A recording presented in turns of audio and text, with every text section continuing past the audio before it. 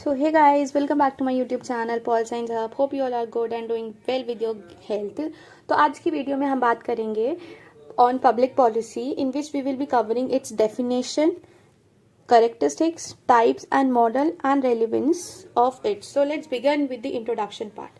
तो public policy is a strategical framework which the government within a state uses to fulfill its function. मतलब public policy एक strategical framework होता है जो government का, जिससे कि वो स्पेसिफिक इशू को कंसंट्रेट करके अपने सॉल्यूशंस फाइंड आउट करते हैं और एक ऐसी पॉलिसी लाते हैं जिससे कि पब्लिक का फायदा हो और वो उस इशू को सॉल्व कर सके और उसके ओवरकम कर सके.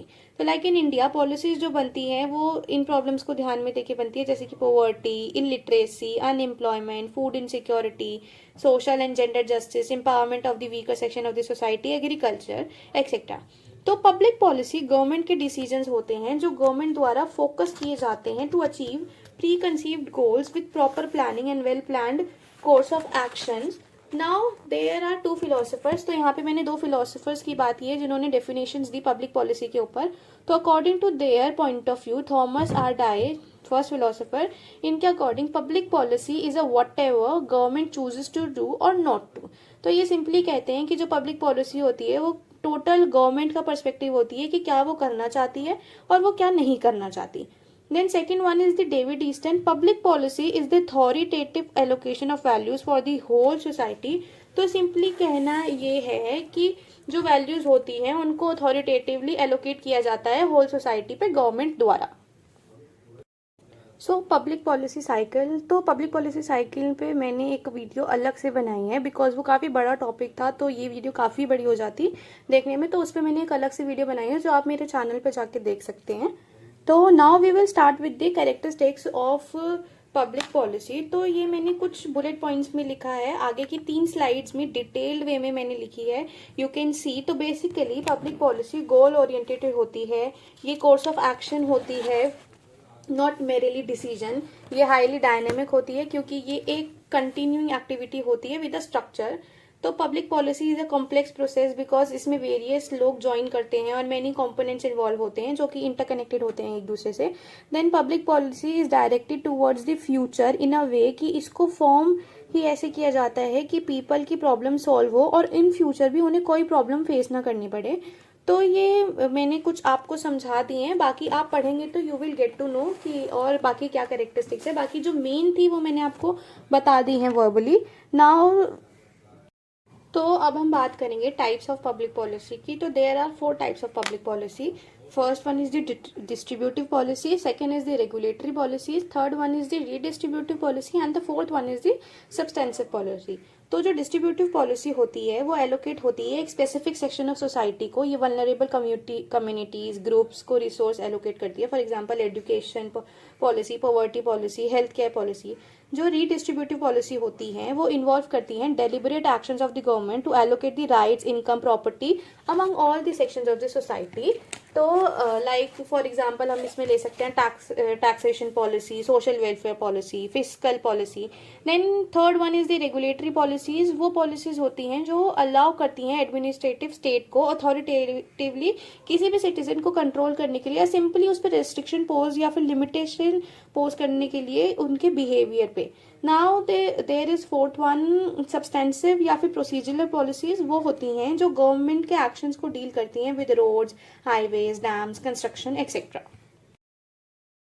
तो अब हम बात करेंगे मॉडल्स ऑफ पब्लिक पॉलिसी की. तो पब्लिक पॉलिसी के जो साइंटिस्ट थे उन्होंने डेवलप किए various models to understand the whole policy making process. Like simplification and clarification देता है पॉलिटिकल आइडियाज का, thoughts. Public policy according to Thomas R Dye, like उन्होंने एक बुक में अब इन मॉडल्स के बारे में बताया. The book name is policy model और इन्होंने टोटली 9 मॉडल्स के बारे में बताया. Process model, institutional model, rational model, elite model, incremental model, group model, public choice model, system model end game theory.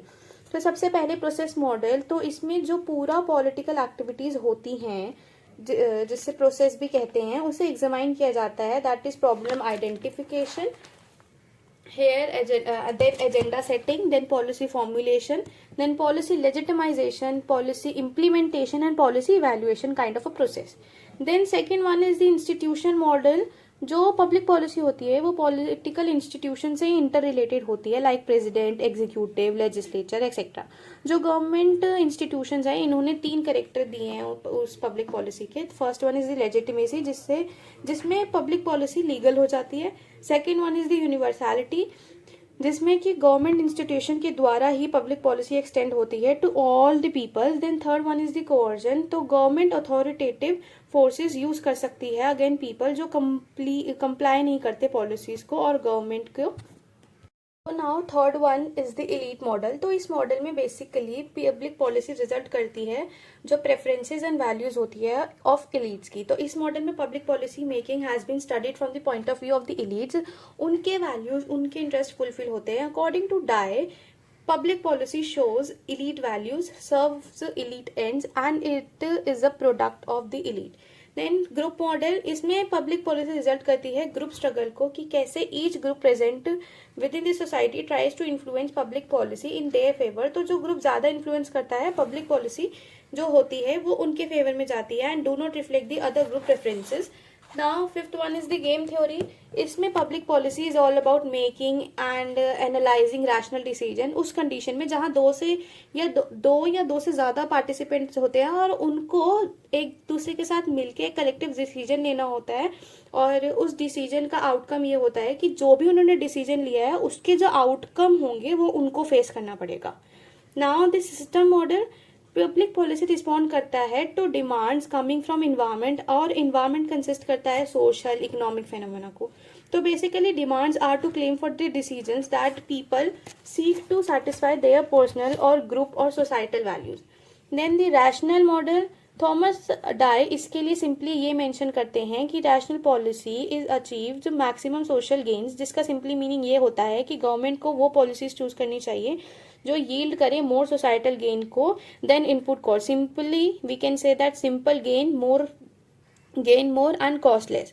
Then public choice model, Thomas R Dye simply ये कहते हैं कि on both politics and market place people pursue करते हैं उनके self interest को, पर अपने इंटरेस्ट को परस्यू करते वक्त भी वो कहीं ना कहीं म्यूचुअली किसी दूसरे को भी बेनिफिट कर देते हैं एक दूसरे के through the process of collective decision making.